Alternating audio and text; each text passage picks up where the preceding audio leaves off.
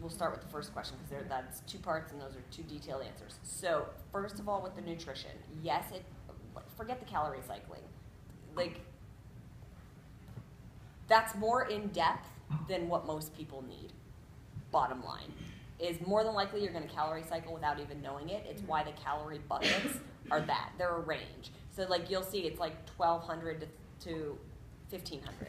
There's your calorie cycling right there, because some days you'll end up closer to 1,200, some days you'll end up closer to 1,500, some days you're going to have a cheat meal, some days you're going to have a birthday party to go to and you're going to eat cake. So you're going to end up quote unquote calorie cycling without even realizing that you're doing it. So don't worry about that. Don't try to implement that, because like I said, that's more for somebody who's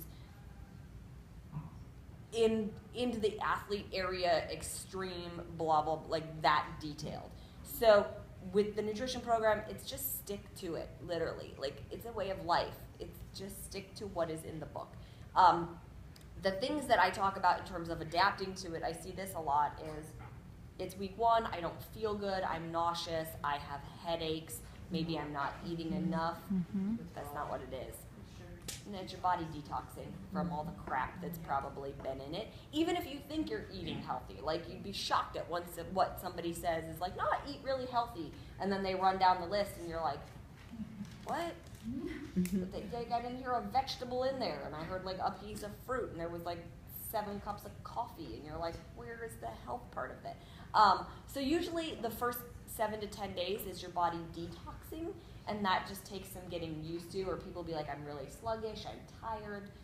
Those are all just signs of detoxing. Stick with it, ride it out, like drink lots of water, rest, stretch when you need it. That'll help with that.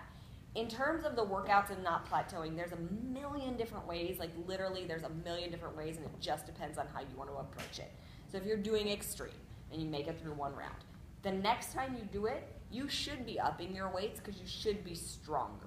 So like if you stick with the same weight you were at in round 1, you're already doing yourself a disservice because you're not there's no way you're pushing as hard, because there's no way you should be at that same level. You should have gained strength by then. So you have to up the weights. So that's one way of doing it.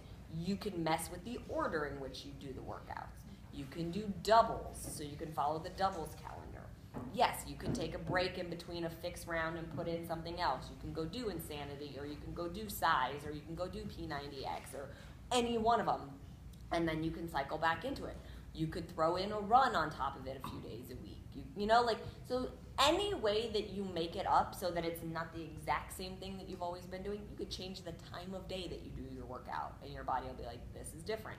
So as long as you're constantly pushing yourself to your best, your max, you should keep seeing results. But that's where you have to question yourself, and you have to say, is this really the most I can give? Is this the hardest that I can push?